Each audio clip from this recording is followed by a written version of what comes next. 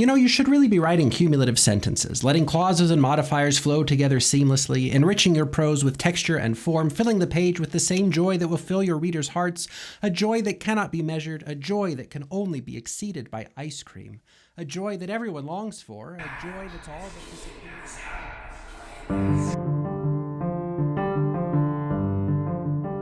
Welcome back. It's been a while. Well, I guess the same length as always, but enough to qualify as a while nonetheless. Today's a great day because we're talking about sentences, and I'm not one to play favorites, but we might just be talking about my favorite sentences, cumulative sentences. Of course, in a prose landscape that is still straining under the edicts of the plainness lobby that took hold in the 20th century, it might be morally scandalous to advocate for writing sentences that are neither plain nor short, but that do the unthinkable. Luxuriating in language, piling up details and ideas and modifiers, going on for as long as you please.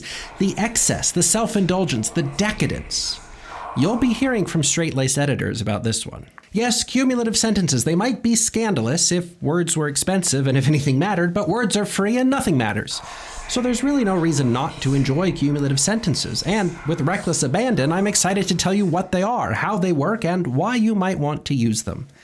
And I might complain about humorless and joyless people along the way too, but we'll just have to see how things go. In the early days of the show, we did a series on grammar. Not the grammar rules you might have been taught in school, but the grammar that actually describes how English works, the kind of grammar that can help you to understand the language you're working with when you write. And because this is my show, I will always think that watching previous episodes is a good idea. So I think watching that series would be a great place to start if you want to be more deliberate and intentional with your sentence crafting. But for now, I want to give you at least a little primer on the relevant grammar because it's really hard to talk about sentences without talking about grammar, which of course will lead us to clauses. When you hear someone talk about a complete sentence, the minimum requirement for that is a clause. In English, clauses generally begin with a subject that is followed by a verb, and you'll often hear people say that clauses articulate something happening, and for maximum clarity, the subject describes the one doing something and the verb expresses the action taken. For example, are you sure? I mean, go for it. It's actually kind of nice to see you getting involved, honestly. So anyway, for example, here are some simple clauses courtesy of our gilded friend. I love this show. Today is beautiful. We have fun. Oh wow, I mean, I don't know. I was kind of, I guess, expecting something a little more grim, but these are actually pretty nice, so thanks. Well, I really do appreciate it. Anyway, let's take a closer look at these simple sentences. Here we have some subjects and some verbs. Two of these clauses also have objects because the verbs are actions that get done to something. For the second one, though, we can see why the idea that verbs are actions isn't really the most reliable rule. Is doesn't describe an action, it asserts a state of being. So beautiful isn't an object, but a subject complement, and none of this will be on the final anyway, so don't worry too much about it. The point is that we've got some simple clauses that could be sentences all by themselves, and that's all you need to get started on a cumulative sentence. Now, let's say that you want to make your sentence longer or to add more information to it. You might just pop on another clause. At this point, there may be some alarms going off in your head. This isn't the way you're supposed to write sentences, and you'd be right. These are all classic instances of what you may have heard people call run-on sentences. Now, why are they run-on sentences? Because they try to cram two fully functioning independent clauses into one sentence, and you just can't do that. So you could fix it with a period or a semicolon, or you could turn one of those clauses into a dependent clause. Now we don't have any instances of run-on sentences. And I mostly bring this up because you'll commonly hear people say that a run-on sentence is a long sentence. But that isn't actually the criterion that run-ons are measured by.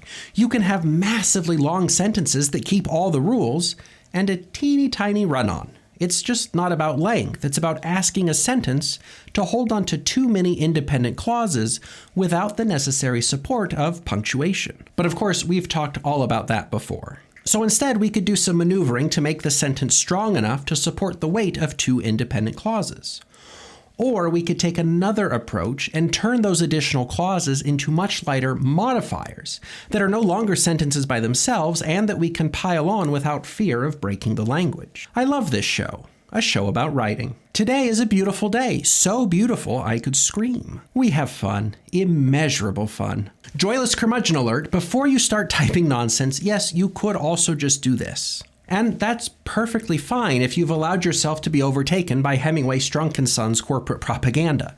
There's always more than one way to do something, but don't get hung up on the examples. We're teaching a larger principle here. Sure, you can live your life in active pursuit of the world's smallest word counts. Writing concisely is a good thing, but it's not a universal good. We have immeasurable fun, and we have fun, immeasurable fun, are two different sentences with different rhythms, different kinds of emphasis, and a different sensory effect. Just because something is shorter, that doesn't mean that it achieves the effect you want. And besides, with cumulative sentences, we're really only just getting started. See, once you start adding modifiers, because they are just phrases and not clauses, you can pile them on to your heart's content, even with something like this. Today is a beautiful day, so beautiful I could scream. Beautiful for the howling of my defeated foes. Beautiful for the crackling of vengeful alchemical energy raining from the sky, zapping the belligerent, neutralizing the ignorant, energizing the legions of dutiful robot warriors rolling across the land, streaking horrifying bolts of triumph through the air, trailing the colors of victory, the sounds booming and sizzling of success, the sensations of finally achieving my destined place in the cosmos, a place denied me for so long by the jealous and petty, denied me for my genius and willingness to do what needed to be done, an alchemical genius and determination for which lesser beings condemned me to idle repose on a minor poet's shelf, a plainer dungeon where I waited, gathering my energies, assembling my forces, and growing my powers for the day when I would, once again, assume my true form and enforce my will on the universe. A universe that has lingered in mediocrity for far too many eons. So, what's this all about, bud? Oh, well, okay then. I guess either way, we can see that this is, well, it's a long sentence, but it's not a run-on sentence, and it's grammatically rock solid. It's a cumulative sentence, doing what cumulative sentences do best. We start with a simple base clause, today is a beautiful day, and then we add layers and layers of modification to it. If we wanted to chart the relationships between and among these modifiers, we might end up with something like this. Some of these modifiers modify the base clause directly, others modify each other. But we can follow along as we go into deeper levels of detail. And because this sentence delivers this information all in one sentence, built from stacks of modifiers, we don't have to start and stop every time we hit a period. It's all just one accelerating and intensifying outflowing of information. The cumulative sentence is a useful tool to have at your disposal to add some variety, fluidity, and elegance to your sentence writing. Not only that, but having a good handle on various levels of modification at once can be a good check on your grammatical control.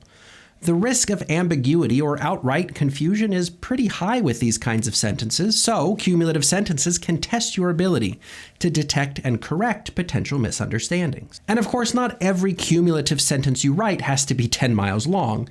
You're probably more likely to see cumulative sentences with just 2 or 3 additional modifiers like this one. I love this show, a show about writing, a show seemingly designed to test my cosmic patience to the furthest reaches of its infinite limits. Maybe I should be doing the examples from now on. Well, even so, I think I'll take it from here. So where your typical kind of sentence writing might feel like crossing a river by skipping from stone to stone, I found a river and wondered how to cross. I saw a stone not far from the bank. I jumped to it. Then I saw another stone and jumped. I jumped from one stone to the next. I got closer and closer to the other side. Finally, I took one last leap and landed on the opposite bank. A cumulative sentence might then feel more like being in the river. Gripping the oar, surveying every current, stone, and branch, I rode down the river, winding through the canyon, racing through the rapids, and shouting with the thrill of it all. Also note the modifiers going before the base clause, too. You can do a lot with modifiers, and cumulative sentences aren't picky about which kinds of modifiers you use. Participial phrases, prepositional phrases, absolutes, you name it. If it's a modifier, you can build a cumulative sentence out of it. And if you're building cumulative sentences, you know you're going to have a good time.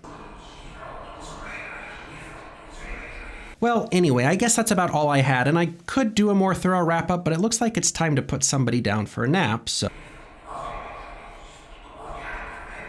Yeah, definitely nap time. So we're going to go take care of that, and I hope you have some fun writing cumulative sentences, filling your prose with details, energizing it with playful rhythms, and pleasing your readers as you do it. Thanks as always for being here, and we'll see you next time when everyone's in a slightly better mood. Take care until then.